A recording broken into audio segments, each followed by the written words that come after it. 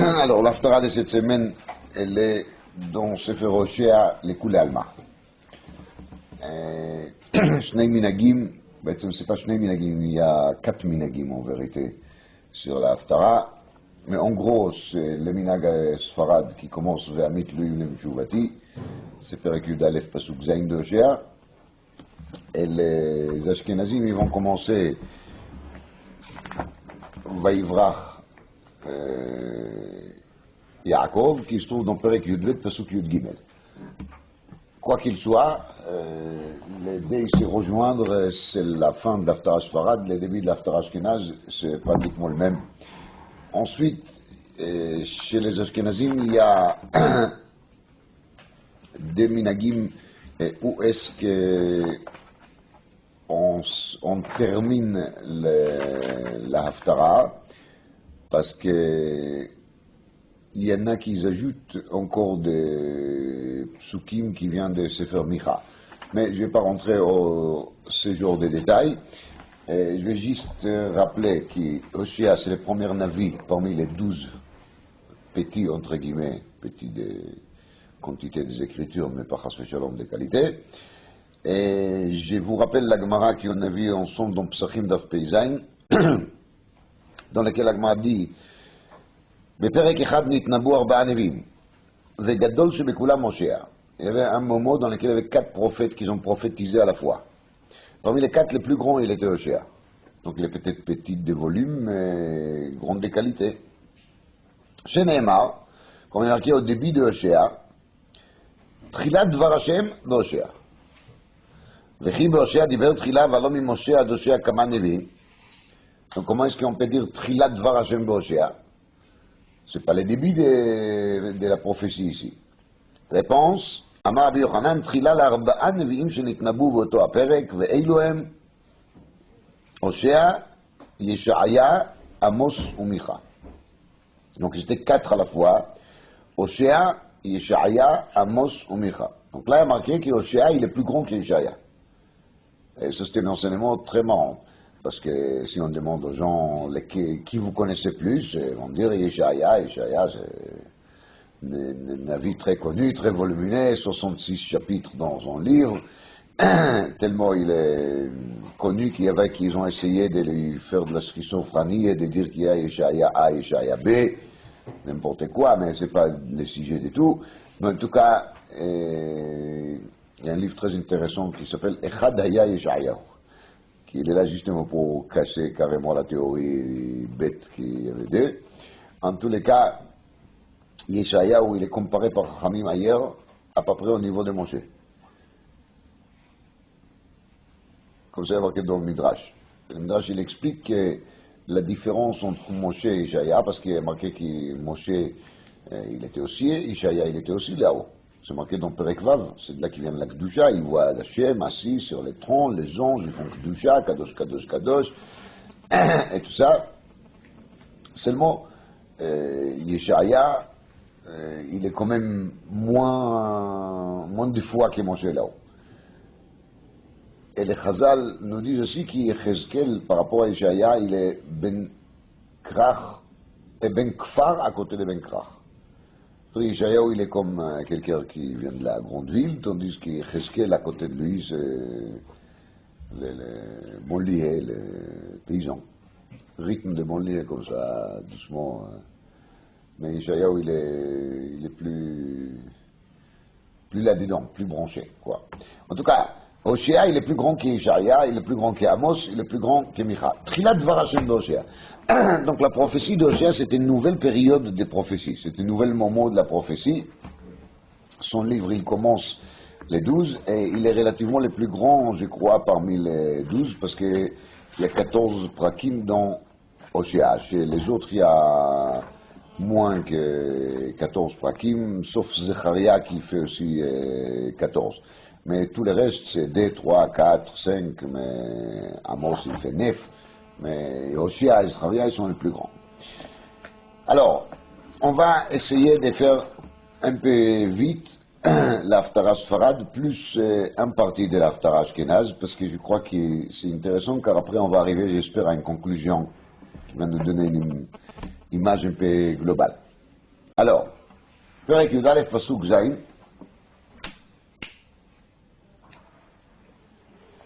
Ve'ami tluim limeshuvati.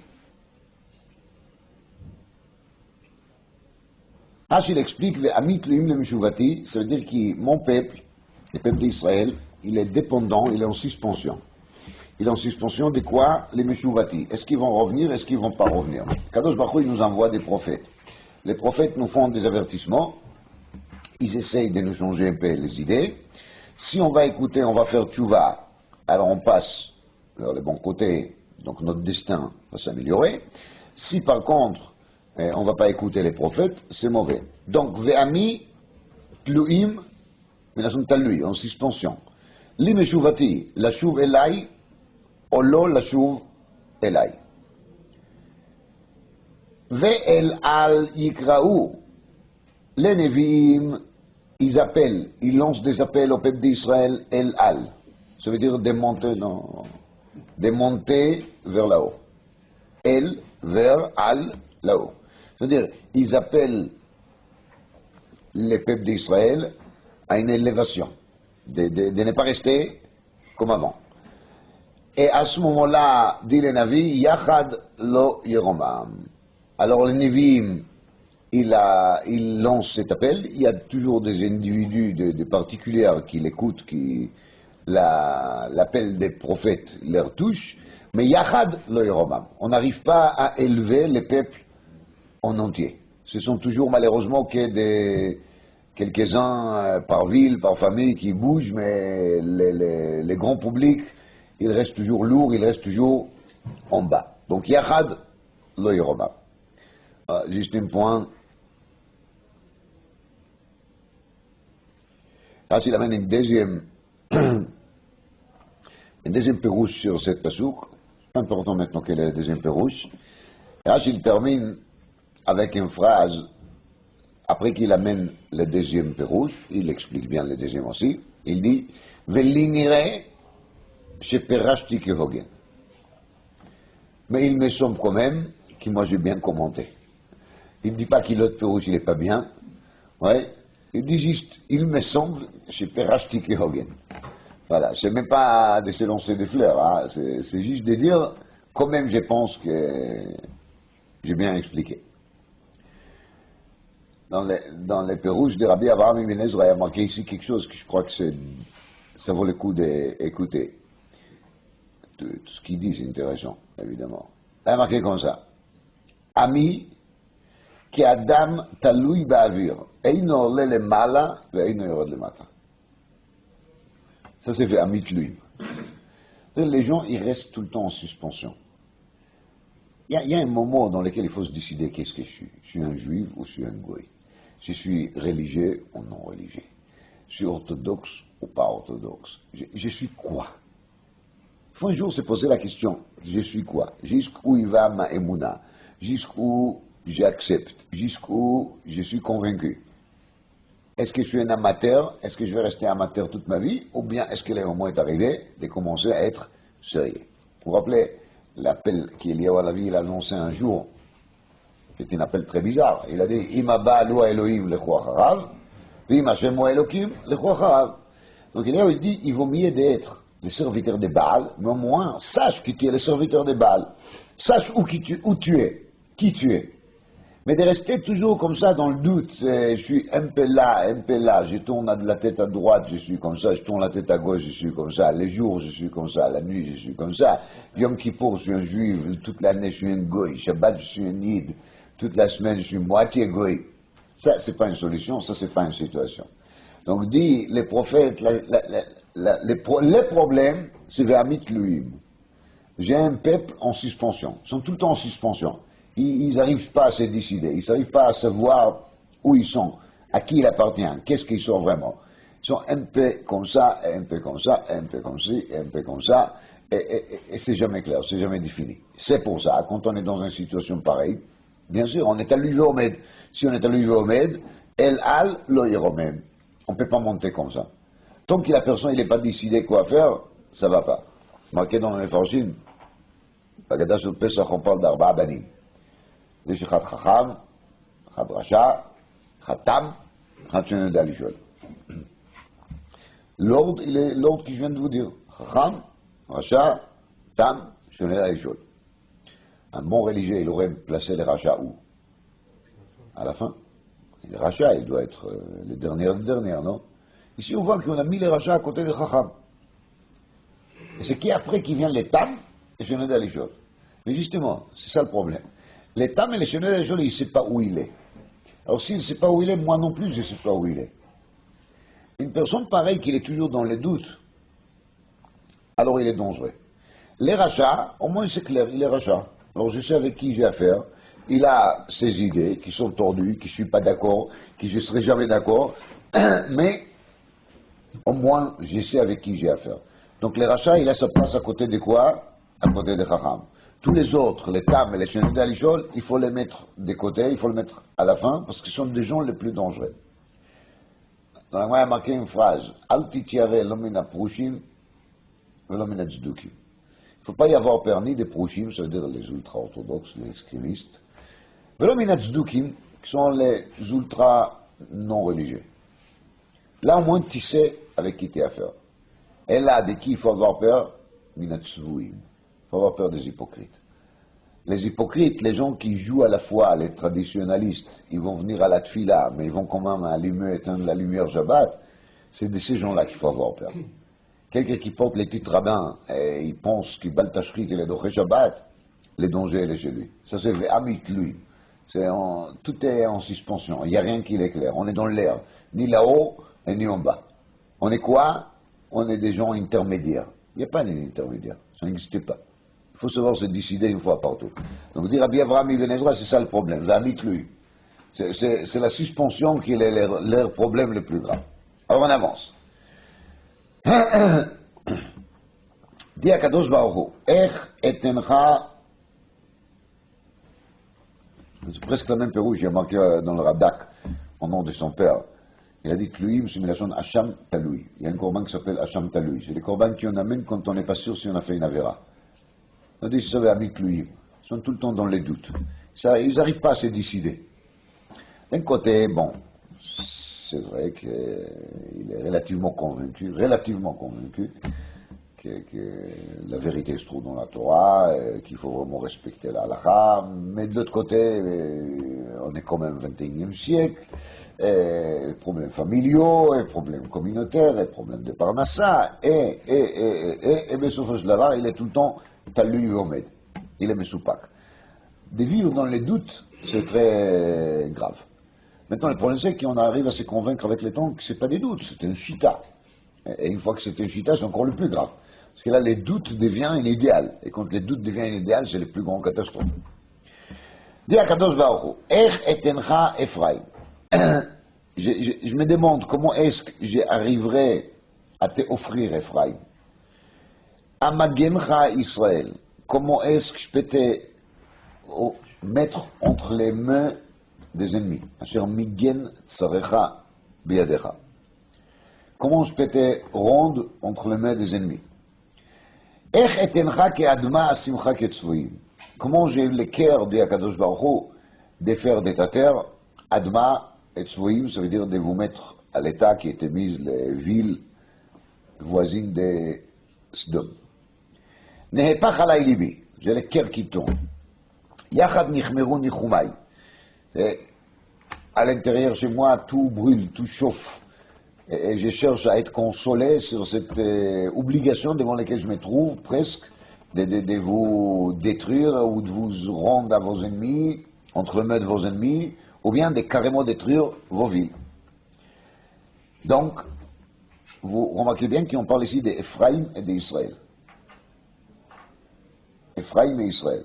À quelle période il a prophétisé Oshéa? On va se rejoindre au texte de la Gemara de Psachim Daf Peizaï. Trilat Dvar Hashem Asher Haya El Oshéa b'imei Uziyahu, Yotam, Achaz et Chizkiyahu Melech Yehuda. Donc il a prophétisé pendant la durée de la royauté de ces 4 rois. D'accord? Donc on place Oshéa dans une période qu'il est à peu près au premier tiers de Malchut Bet Israël d'un côté et Malchut Yuda de l'autre côté. Donc ici, il parle plutôt d'Ephraïm et d'Israël. Après, on va revenir là-dessus encore. Lo esech Aaron api. Dit Akadosh Baruch Hu, lo esech Aaron api. Je ne vais pas me laisser aller après quoi? Après mon colère. Lo ashuv le shachet Ephraïm. Et je ne vais pas détruire Ephraïm.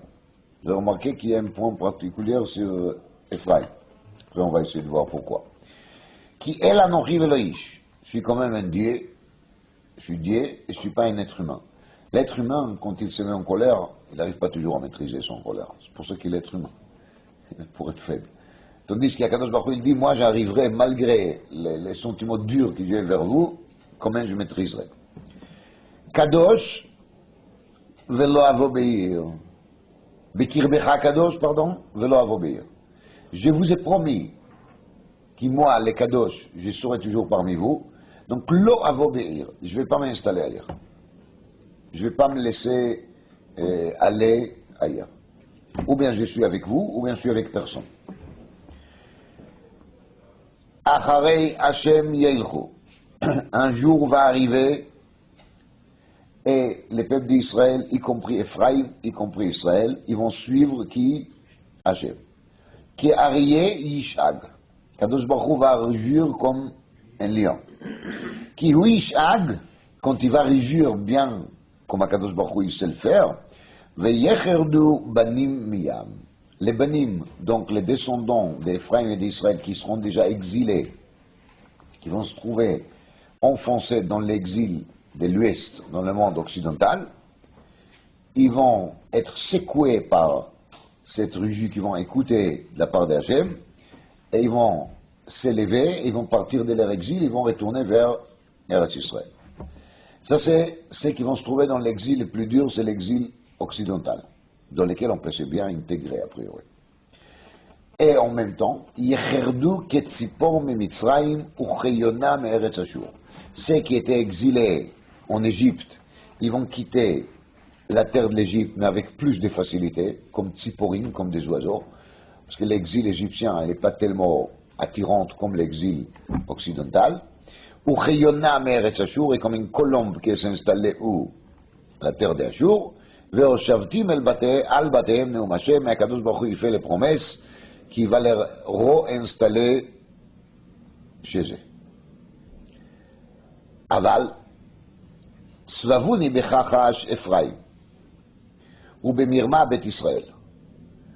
Les arguments les plus durs qu'il a Akadosh Baruch Hu, c'est contre qui? C'est contre Ephraim d'un côté et contre Bet Israël de l'autre côté.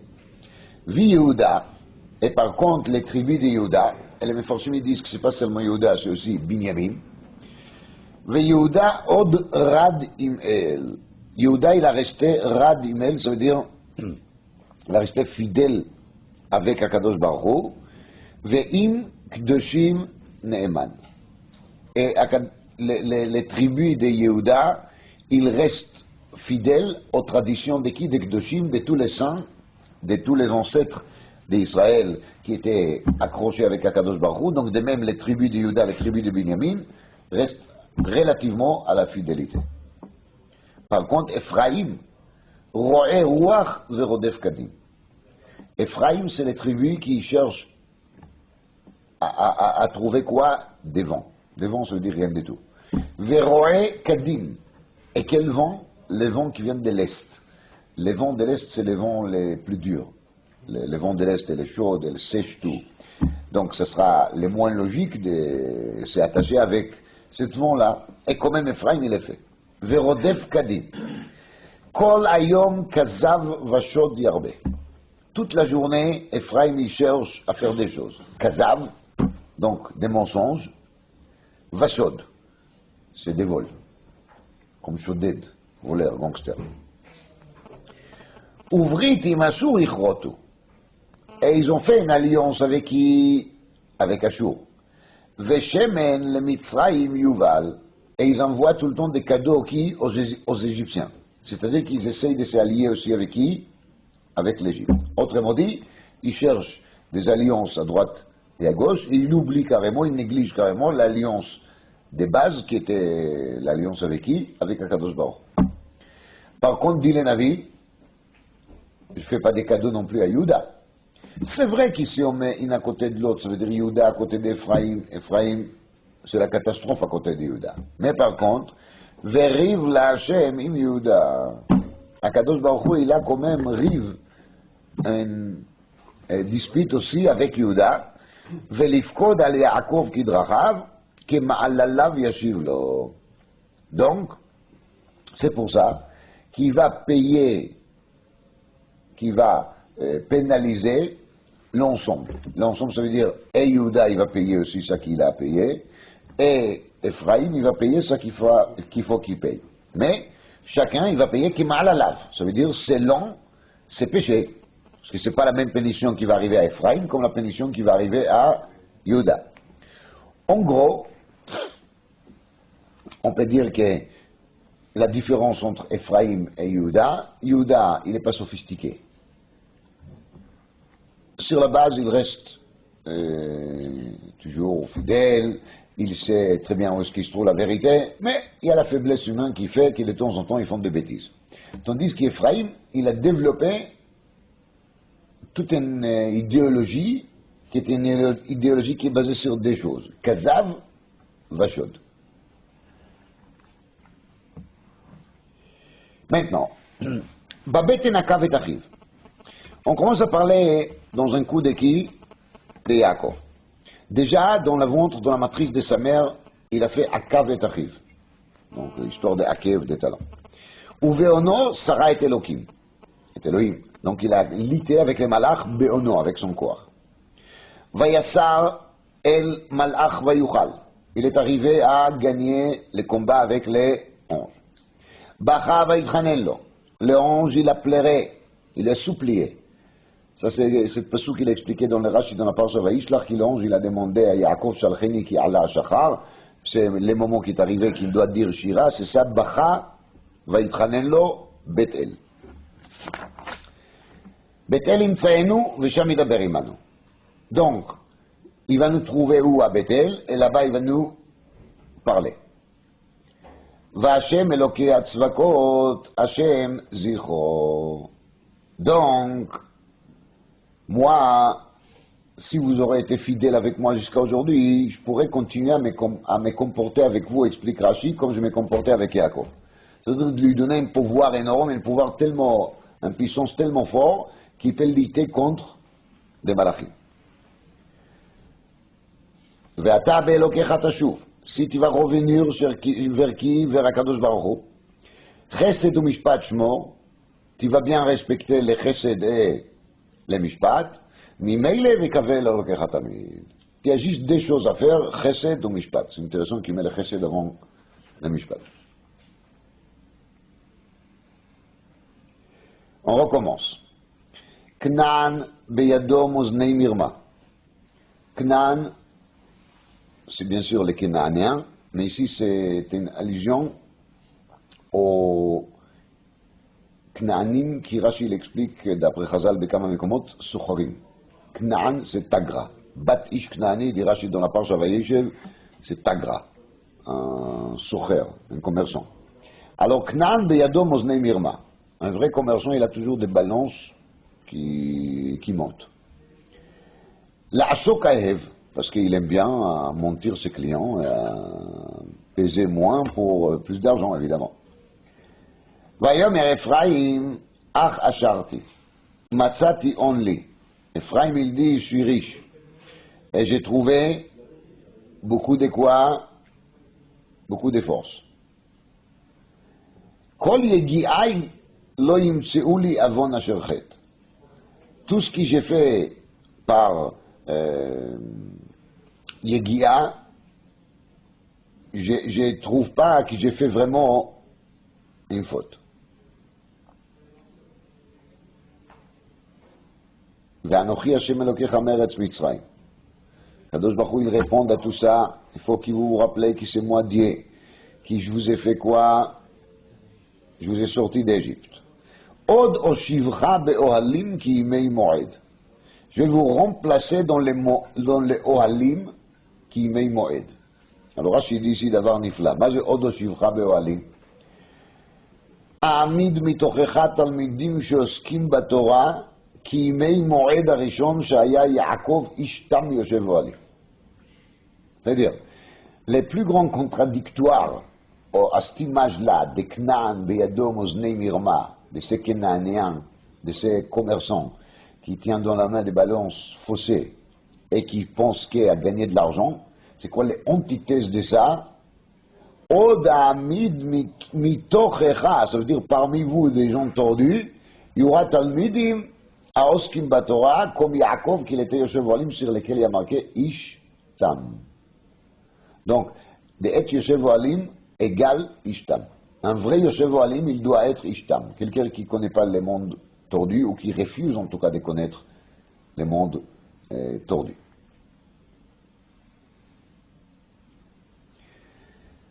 הקדוש ברוך הוא recommence. ודיברתי על הנביאים, ואנוכי חזון הרביתי. Moi, j'ai parlé avec plusieurs Nevi'im. Et j'ai envoyé tous ces Nevi'im, tous ces prophètes-là, et je les apparis plusieurs fois. Chazon Hirbeiti, je m'ai apparu plusieurs fois. Ou Biad Nevi'im Adamé. Et je vous ai envoyé plusieurs messages, dans plusieurs façons, dans plusieurs langages, plusieurs allusions. Tout ça, c'était pour vous faire tchouva.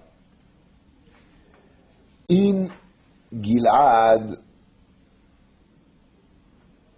Aven, si arrive à Gilad, à la ville de Gilad, Aven, donc une catastrophe, Ach Shav, il faut savoir que c'est pourquoi, c'est parce qu'ils ont fait n'importe quoi. Shav, c'est comme rien du tout. Bagilgal, Shvarim Zibechu. Et dans les Gilgal c'était un endroit très saint à l'époque. C'est là-bas qu'Yoshua il a placé les 12 pierres qui étaient enlevées des Yarden quand ils ont traversé les Yarden. Ça devait servir comme un monument qui va rappeler aux générations d'après les travers des Yarden. C'est là-bas qu'ils ont fait des sacrifices la première fois quand ils sont pénétrés aux terres de Canaan. C'est là-bas qu'il y avait Argrizim et Arival où les Lévim ils ont fait les brachot et les kralot. Et dans cette Gilgal, Shvarim Zibechu, ils ont offert des korbanot à qui? Ils ont offert des korbanot à Avodah Zara. Gam mizbechotam kegalim al talmei sadai. C'est comme la Gemara elle dit qu'à l'époque de, je ne me rappelle plus si c'était Achav ou Yerovam, en tout cas, c'est sur chaque sillon qu'il y avait dans les champs, il y avait un mizbeach la Avodah Zara. Donc, qu'est-ce qu'ils ont assez étonné, dit Akadosh Baruch Hu, si après il les arrive, des catastrophes.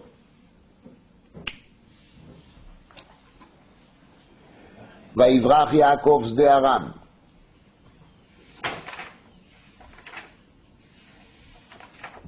ויעבוד ישראל באישה. Donc Yaakov, il était obligé de se sauver de Aram. ויעבוד ישראל באישה, ובאישה שמר. Et Yaakov, il a travaillé pour une femme. Et pour une femme, il était le gardien, le berger. Donc femme, ça veut dire Rachel et Léa.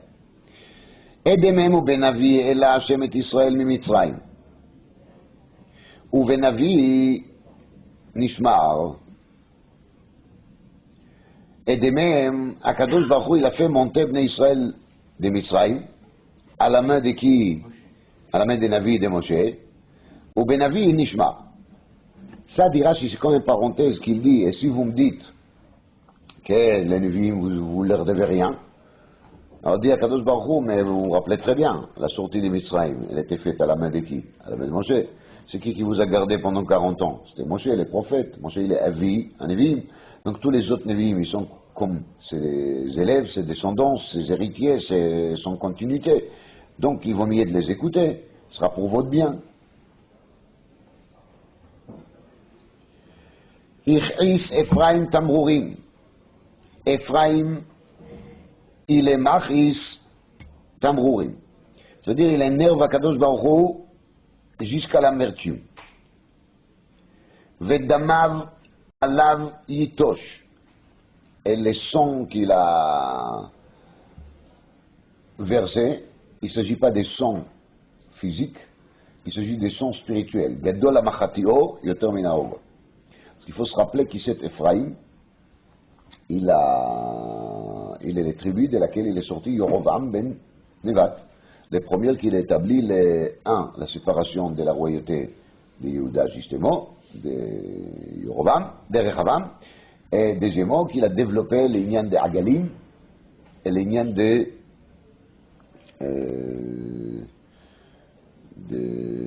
Bamot et d'Avodah Zarah. Et donc, c'est Dama Valavitosh, d'Aïnou, à Maasim Haele, ces actions d'Ephraïm, ils ont fait Shfichut Damim de Klal Israël. Pourquoi? Parce que tous les autres 10 tribus étaient attirés après lui. Vecherpato yashiv lo adonav. Et donc, Akadosh Baruch Hu, il va lui rendre, il va lui payer tout ce qu'il a fait, jusqu'à qu'il aura la honte sur tout ça.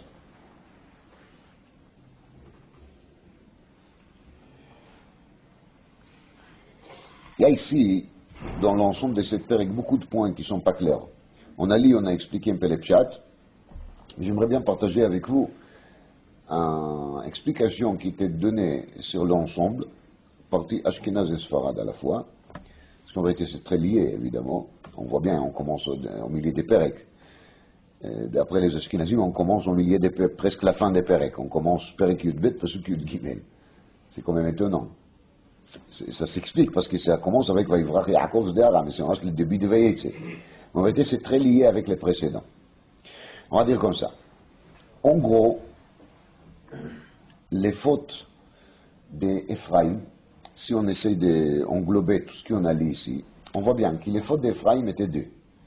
Un, c'est l'histoire de l'Avodah Zarah, donc l'idéologie structurée par Yorovam, qu'il a attiré après tous les 10 tribus d'Israël, sauf Juda et Binyamin.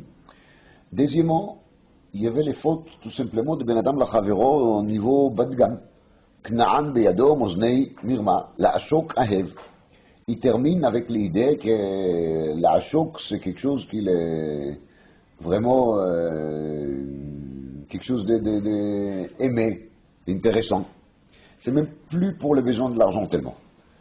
C'est la commerce, voilà. C'est comme ça qu'ils ont fait de la commerce. La commerce, c'est quoi? C'est de mentir. Il y a des gens qui croient ça, qui de commercialiser, ça veut dire mentir. D'accord? Alors, Ephraim, il a tombé dans ces deux fautes, qu'il est quoi? Un, d'essayer de remonter à une autre idéologie, d'une Avodah Zarah quelconque, qui on ne comprend pas très bien, mais on sait qu'elle existe. Et ensuite, de tomber dans le sujet de Ben Adam Lachavero, Gzela, Gneva, Sheker, etc., etc. Ramaout.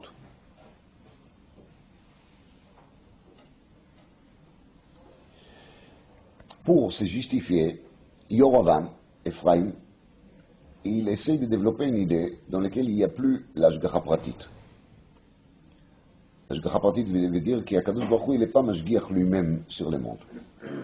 Et là, il délègue.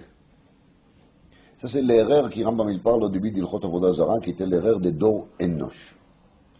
À ce moment-là, Ephraim, il dit, je vais me lier avec le même ange qu'il a apparu au Yaakov à l'époque. Et c'est plus les ploïm, parce que quand on regarde dans Sefer Melachim, Perek Yud Aleph, Perek Yud Bet, et on voit les développements de Yorovam, et on voit les stations qu'il a fait. Regardez bien. La première, c'est Shrem. Après, c'est Pnuel. Et après, c'est Bethel.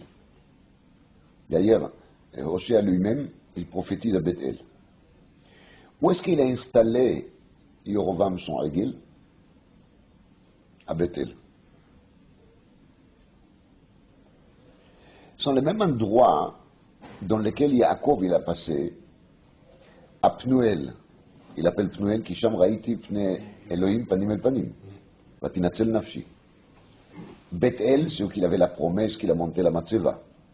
Shrem, c'est la guerre d'un côté qui Yaakov il a, et de l'autre côté la vente de Yosef. Quand Yorovam il s'installe là-bas, ça veut dire qu'il veut remettre les choses en place.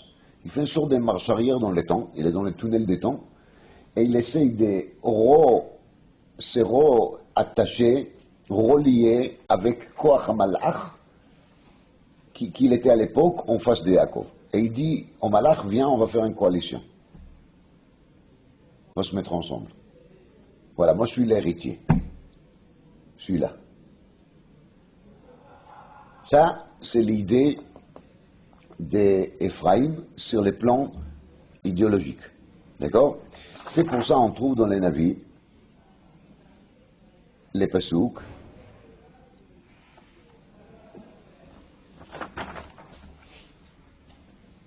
qu'il dit dans Yud Bet Vav, V'Hashem Elokei Tzvakot, Hashem Zichro. Parce que dans les Pasouks avant, qu'est-ce qu'on a dit?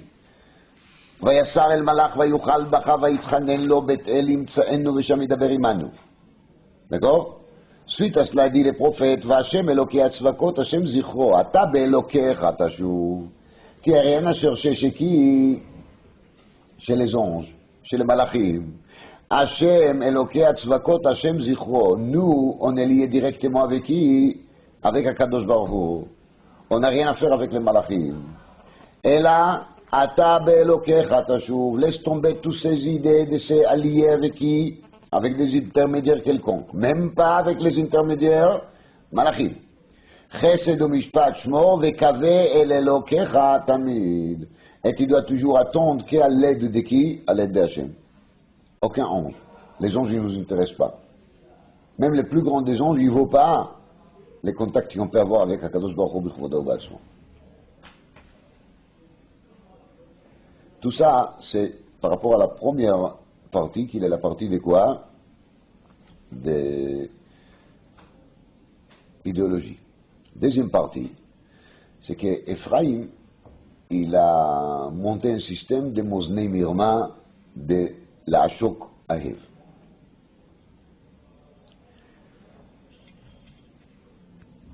Là-dessus, ils ont eu aussi la chutzpah de dire que ce n'est pas une faute. Parce que c'est aussi l'héritage de qui? De Yaakov.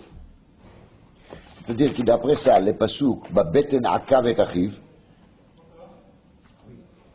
veut dire qui est, Bnei Ephraim, ils sont les vrais héritiers de qui? De Yaakov. De même que Yaakov, il s'est permis à l'époque de faire des magouilles depuis la matrice, ensuite la Bchora, après les brachot. Et après, il est allé chez qui? Chez Lavan. Et il lui a fait ça qu'il lui a fait, mais sauf que il a sorti de là-bas tout riche. Donc, chez nous, c'est une tradition familiale. Nous, on est en train de faire quoi? De suivre la vraie tradition de Yaakov. Ça, c'était le développement d'Ephraim. Aval. D'après ça, quand il y a marqué Vaïvrach Yaakov Zde Aram Vayavod Israël Veisha, c'est toujours la suite de la même chose. C'est la ta'ana de qui? D'Ephraim, qu'ils essayent de se justifier avec cette ta'ana. Il dit les Navis, d'après les Pérouges de Rav Malbi, mais la même Yesod, il est marqué déjà dans le Khatam Sofer. Et le Yesod qu'il est marqué dans le Khatam Sofer, c'est Kacha. Bémet, il y a des noms. Il y a Yaakov et il y a Israël. Le mot Israël, dit le Ramban sur le Chumash, c'est Yachar El. Ça veut dire qu'il y a Yaakov le contraire, il est droit comme un règle. Il s'appelle Yaakov milachon Akev, avalon milachon Akuv, ça veut dire Akum, tordu. Bnei Ephraim, il préfère de garder quel nom? Le premier nom, qui est le nom de Yaakov. Et depuis le début, quand on regarde dans la Sugia de Sanhedrin d'Avkuf Aleph, comment est-ce que la Gemara, les Chachamim, il nous raconte comment est-ce que Yorovam, il a pris les pouvoirs? C'est qu'il a fait une réunion, il a réuni les Chachamim, et il les a dit, moi je vais devenir le roi. Et c'est marqué qu'il était l'élève d'Achia Shiloni, et il avait un niveau très élevé de Torah. Et il a demandé aux membres des Sanhedrin de lui signer un papier dans lequel ils s'engagent que tout ce qu'il va leur dire lui, autant qu'il est roi, ils vont lui écouter. Alors ils ont signé. Et après, il les a demandé de signer un deuxième papier, ou d'ajouter sur les premières, je ne sais pas exactement, qui même si les rois va leur demander de faire de la Avodah Zara, ils s'engagent de respecter. À ce moment-là, comment est-ce qu'il a fait pour que ça passe? Il s'est organisé de faire installer dans le siège de Chachamim un tzaddik, un racha, un tzaddik, un racha, un tzaddik, un racha. Et les tzaddik, quand on lui a demandé de signer des choses pareilles, bien sûr qu'il était dérangé. Alors les rachats qui est assis à côté, il lui dit, mais attends, tu crois vraiment qu'il y aura Rovam, l'élève d'Achia Shiloni, sur lesquels les Chachamim nous disent, qui quand ils ont parlé de livrets Torah, tout le monde était à côté d'eux, qui est Vasadeh, ça veut dire petit comme les herbes des champs. Alors c'est Rovam qui va dire à qui qu'il soit de faire de la Vodazara. Et là, il demande d'écrire ça, pour que ce soit clair qu'il aura le pouvoir définitif. C'est la sonde machal. Alors, il ne faut pas hésiter, signer. Donc, dès le Khatam Sofer, Yerovam, il a basé sa royauté et son pouvoir sur les mensonges depuis le départ. Donc, il s'est lié avec Yaakov. Mais en vérité, nous, on sait qu'Yaakov, il n'est pas Yaakov. Yaakov, il est quoi? Yaakov, il est Israël. Yachar, El. C'est pas seulement ça. Yaakov barach le Sde Aram. Il était obligé d'aller là-bas. Ou Beisha, Vayavod Israël Beisha. Ou Beisha Shamar. Pourquoi on l'appelle Israël, dit le Khatam Sofer, c'était pas encore son nom. À l'époque, son nom, il était vraiment Yaakov. Il est devenu Israël seulement 20 ans plus tard. Teroutz, les 7 ans, Vayavod Od Sheva Shanim Acherot, disent Chachamim là-dessus, Rachil Amen, Ma Rishonot Be'emuna, Afshniot Be'emuna. C'est-à-dire que tous les 14 ans qu'Yaakov a travaillé chez Lavan, c'était fait comment? Be'emuna. Bayom achalani chorev, vekerach balayla. Mishashta bechol keilai mamatzata. Yaakov il dit à Lavan, est-ce qu'il t'a trouvé chez moi quelque chose qui t'appartient? Disent Chachamim dans le Midrash, Ben Noag shebaolam chatan yotze mibet chamiv, au bout de 20 ans qu'il a resté chez le beau-père Lavan, il sort, il n'a même pas une aiguille chez lui qui appartient à Lavan. Qu'il a vu une chose pareille, qu'il a entendu une chose pareille. Rien à coller à lui. Ça veut dire qu'Yaakov, il a travaillé chez Lavan comment? Dans les yosher total. Il était le plus droit possible. Aucune chose tordue. Tout était impeccable. Il n'y avait pas le moindre de malhonnête. Qu'est-ce qui vient, ces gens-là, ils font? Ils font de Yaakov un exemple pour eux qu'on a le droit de faire quoi? Qu'on a le droit de faire des mensonges. Donc, Ichis Ephraim Tamrouri, c'est ça qu'il est Ichis, justement. C'est ça qu'il dit le Navi juste après. C'est ça la colère. C'est quoi la colère? Comment ça se fait qu'on prend les qualités qui étaient juste l'opposé de Yaakov et on essaye de se servir de lui comme quoi? Comme un exemple pour devenir monteur et voleur. Comme un exemple qu'il faut se lier avec qui? Avec les anges. Mais pourtant, c'est juste le contraire. Yaakov, il est Israël, ça veut dire le nom El, il se trouve dans son nom, et Yachar, il se trouve dans son nom. Donc l'opposé total de toute l'idéologie d'Ephraïm, il se trouve dans quel nom? Dans le nom Israël. C'est pour ça qu'il dit à Kadosh Baruch Hu, Svavuni bekachash Ephraïm, ou bemirma bet Israël. Comment est-ce que au début du Péricus de Beth. Comment est-ce que Bemirma Bet Israël? C'est d'avoir dit pourquoi. Si c'est Bet Israël, il n'y a pas de Mirma. Si c'est Bet Israël, il n'y a pas Svavouni. D'ailleurs, il n'y a pas d'entourage.